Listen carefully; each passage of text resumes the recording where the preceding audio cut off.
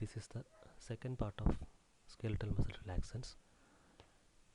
So in the last part we have discussed about the classification of skeletal muscle relaxant, which include those acting in the peripherally, those acting in the centrally, and among this peripherally we have further divided into those act in the neuromuscular junction and those act directly to the muscle fiber. And we have discussed about this agent which act in the neuromuscular junction. Say for example, we have two classes: non-depolarizing muscle relaxants as well as depolarizing muscle relaxants. Non-depolarizing muscle relaxants, also known as competitive blockers. And among that, we classified different drugs based on their duration of action. And in the under the class of depolarizing drugs, we have two main agents like succinylcholine as well as dexamethasone. And we have discussed about succinylcholine in details. So coming to an important condition known as succinylcholine apnea. During when we discussed about succinylcholine, I said that this succinylcholine is metabolized by plasma pseudocholinesterase, but in some persons there is a genetic variation. That means they do not have the proper pseudocholinesterase in their plasma, so they have either an atypical pseudocholinesterase. That enzyme, that atypical pseudocholinesterase, does not metabolize this succinylcholine as done by this pseudocholinesterase. So the succinylcholine action will be prolonged in their nicotinic receptor, so the muscle will be paralyzed. That is what is known as succinylcholine apnea. Either there is a deficiency of enzyme or there is low affinity, which leads to prolonged phase 2 block and further results in muscle paralysis and apnea. That is known as succinylcholine apnea. It may last for 4 to 6 hours. So during that time we have to support the patient by using mechanical ventilation, and sometimes plasma transfusion is also needed.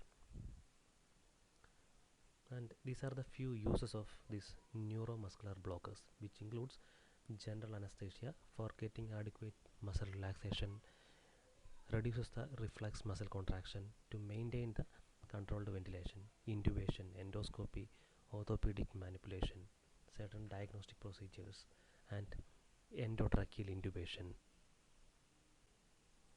In certain ocular surgeries, these competitive blockers are preferred, assisted ventilation, then convulsions and trauma from the electroconvulsive therapy, and severe cases of tetanus as well as uncontrolled status epilepticus. These are the situations where we use these neuromuscular blockers. That means these are almost all situations are associated with severe muscle spasm, or some in condition in surgical procedures also we need to have an adequate muscle relaxation. That is our purpose of using these agents. Next we have the second group in the peripherally acting muscle relaxant. That means the directly acting muscle relaxant group. These agents directly act into the muscle fibers and leads to muscle relaxation. In this class we have two agents, dantrolene and quinine. So the first agent is dantrolene. This agent does not have any action on the neuromuscular transmission. They directly act into the muscle fiber. How it produces muscle relaxation? It goes and binds to a specific receptor known as ryanodine receptor 1, which is on the sarcoplasmic reticulum for calcium release. So it goes and binds to the ryanodine receptor, so the calcium release from the sarcoplasmic reticulum is impaired. This calcium is very essential for the actin myosin interaction and muscle contraction. So there is no release of calcium, so the muscle contraction does not taking place. Apart from this muscle relaxation, it also has certain role in malignant hyperthermia. Malignant hyperthermia is actually produced by certain anesthetic agents. For example, this fluorinated anesthetic agents. So the pathogenesis is all for this malignant hyperthermia is also believed to be the exaggerated release of calcium. So this agent, this dantrolene, is also effective in such conditions. It reduces spasticity in upper motor neuron disorders, and it also said to have a role in role in the management of a neuroleptic malignant syndrome, and it produces certain adverse effects like muscular weakness, and sometimes it produces sedation, lightheadedness, and a troublesome diarrhea is associated with the use of this dantrolene. And if you use this dantrolene for a long time, it may lead to a dose dependent hepatotoxicity. And we have the second agent under directly acting muscle relaxant is quinine. Quinine increases the refractory period of the muscle fiber as well as decreases the excitability of the motor end plate. So by both these actions, that means increasing the refractory period as well as decreasing the excitability, together leads to muscle relaxation. So the muscle become less responsive to repetitive nerve stimulation, and this quinine is effective in a condition known as myotonia congenita by reducing the muscle tone. It's also useful in nocturnal leg cramps. So that's the end of the skeletal muscle relaxants which are acting in the peripheral side. That means either in the neuromuscular junction or in the muscle fiber itself. So now we have the second major group, which is centrally acting muscle relaxant. That means this agent does not act in the peripheral site. They act in the central sites. They reduces the skeletal muscle tone by their action, their selective action in the cerebrospinal axis, and with another important feature is they does not have much effect on the consciousness of the patient. They have little effect but does not produce that much severe sedation. And these agents are mainly useful in conditions associated with spasticity. Spasticity means there is an increase in tonic stretch reflexes as well as spasm of the flexor muscle group. So our centrally acting muscle relaxant, they act either in the polysynaptic stretch reflex pathway or in the higher centers in the CNS. Coming to the classification of centrally acting muscle relaxants, we have first group is mefenacin congeners, which includes mefenacin, carisoprodol, chlorzoxazone, chlormazanone, methocarbamol. Second group is benzodiazepines like diazepam. Third group is GABA mimetic agents, which includes baclofen, thiocholchicoside, and the fourth group is central alpha-2 agonist. Example is tizanidine. So we have the first group, which is mefenacin congeners. The first agent is mefenacin itself. It was the first agent used clinically, but nowadays it's not used because of its intense gastric irritation. It acts by blocking the spinal internuncial neurons. These internuncial neurons, they modulates the reflexes maintaining muscle tone. So by acting on these internuncial neurons at the spinal level, it produces muscle relaxation. And the second agents we have carisoprodol. This mechanism of action is similar, and additionally it has sedative property, antipyretic and anticholinergic actions. The third agent is chlorzoxazone. It has longer duration and better oral tolerance. And the next agent we have chlormazanone. Along with this muscle relaxant action, it has anti-anxiety as well as hypnotic actions. It's mainly used in tension state associated with increased muscle tone. That means it's sometimes most probably used in situations where anxiety or tensions associated increased muscle tone. Then we have methocarbamol, orally used for a reflex muscle spasm, and sometimes can be used for chronic neurological diseases itself also. And through the intravenous route, it can be used in orthopedic procedures as well as in tetanus. And the second group of centrally acting muscle relaxant is benzodiazepine. The example is diazepam, which is a prototype drug in benzodiazepine.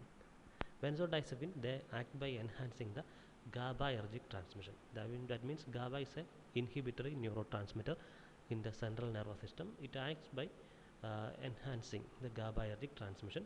It acts on the GABA A receptor and leads to increasing the chloride conductance. That means it's GABA A receptor is a ion channel. It increases the chloride conductance. and thus it reduces the muscle tone by its supraspinal action. This agent does not associate with gastric irritation, and the uses are mainly tetanus, then spinal injuries, and sometimes useful in muscle spasm associated with rheumatoid arthritis. Next, we have the third group of drugs in centrally acting muscle relaxant is GABA mimetic drugs. Among we have two agents, baclofen and thiocolchicoside. So the first drug is baclofen. This is an analog of the inhibitory transmitter GABA. It has selective agonistic action in GABA B receptor. So you have to be cautious about GABA A as well as GABA B receptor. When I discussed about the diazepam is a GABA A facilitator, but this baclofen is GABA B agonist, and its site of action for this baclofen is spinal cord level, and by acting on the GABA B receptor, it leads to hyperpolarization of neurons by increasing the postsynaptic potassium conductance, as well as it alters the calcium flux. So both of these functions takes place as a result of the hyperpolarization of the neuron, which leads to muscle paralysis. As compared to diazepam, this baclofen is less sedative, and it's mainly useful for spastic neurological conditions. It produces certain side effects like mental confusion, ataxia, slight drowsiness, and a rise in serum transaminase, that means alteration of liver enzymes. And if you withdraw the drug suddenly after a prolonged period of usage, it may precipitate seizures. So the second agent in GABA mimetic drug is thiocolchicoside drug. This drug is chemically related to another drug known as colchicine. Colchicine is useful in acute gout. So chemically this thiocolchicoside is related to colchicine. Its mechanism of action, it's also a GABA mimetic drug, and it has another action, it's also a glycinergic drug too. Similar to baclofen, it's also useful in muscle spasm, especially in painful muscle spasm, and it produces gastric upset and photosensitivity reactions as a side effect. Coming to the fourth group of drug among the centrally acting muscle relaxant, so it's known as central alpha 2 adrenergic agonist drug. We have the example like tizanidine. By acting on the central alpha 2 receptors, it inhibits the release of excitatory amino acids and facilitate inhibitory transmitters like glycine, and also it inhibits the polysynaptic reflexes, which all these three mechanisms leads to reduced muscle tone, and it's useful in multiple sclerosis and muscle spasm associated with spinal injury as well as stroke. It produces adverse effects like dry mouth, hallucination, and drowsiness. Now we have the uses of centrally acting muscle relaxant. I already mentioned these uses under each drug, but this is a collective description. That means these agents are useful in acute muscle spasm, then muscle spasm associated with torticollis, backache, neuralgias, then this muscle spasm associated with anxiety and tension, then spastic neurological diseases, tetanus, and electroconvulsive therapy. So far we have discussed about this centrally acting as well as peripherally acting muscle relaxant. Now we will see certain important differences between these centrally acting as well as peripherally acting drugs. So the first one is centrally acting drugs. They decreases or reduces the muscle tone without reducing voluntary power. They selectively inhibit polysynaptic reflexes in CNS. Most of the time they cause a certain depression in central nervous system functions, and they frequently given through oral route and very rarely through the parenteral route, and useful in chronic spastic conditions, acute muscle spasm, tetanus. And this peripherally acting drugs, they causes muscle paralysis, so which leads to loss of voluntary movements, and they block neuromuscular transmission without having any effect on central nervous system function. They are practically always given through intravenous route and mainly for short time purposes like surgical operation. And this is the end part of this skeletal muscle relaxation.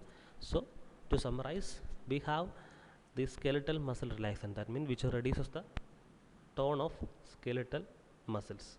So we have two groups of major groups of drugs, that means those agents act either at the peripherally or act in the central system. So among the peripherally acting muscle relaxation, we have those agents either act at the neuromuscular junction or acting in the directly to the muscle fiber. Among the neuromuscular blocking agents, we have non-depolarizing blockers and depolarizing blockers. And among the directly acting agents, we have two agents, dantrolene sodium and quinine.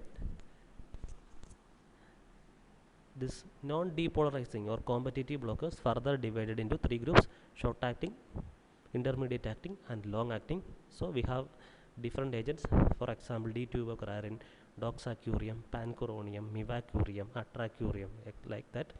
And depolarizing agents, we have succinylcholine and decamethonium. And the second major group, this centrally acting agents, we have different agents: benzodiazepine, mefenazine congeners, GABA mimetic like baclofen, thiocholchicoside, then central alpha 2 agonist like tizanidine. So that's the end of skeletal muscle relaxation. Thank you.